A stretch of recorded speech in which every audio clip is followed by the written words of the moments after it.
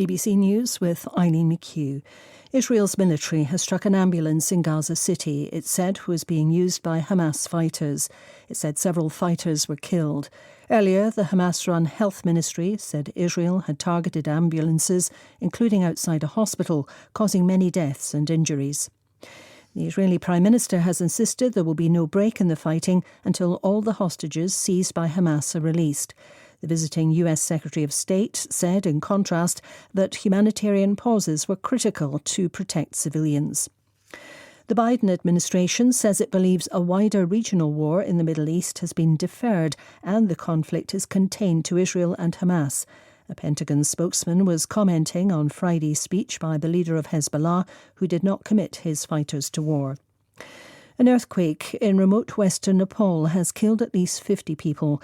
The hospital in Jajarkot says it's treating dozens of injured people rescued from rubble. A federal appeals court in the US has paused a partial gag order against Donald Trump to consider its legality.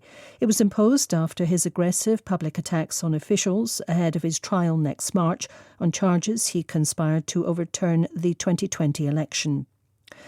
Washington has announced a new package of military aid for Ukraine.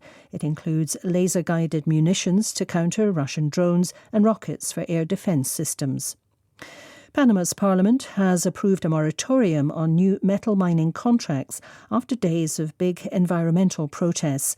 Demonstrators oppose the government extending a Canadian firm's contract to operate a huge open-pit copper mine.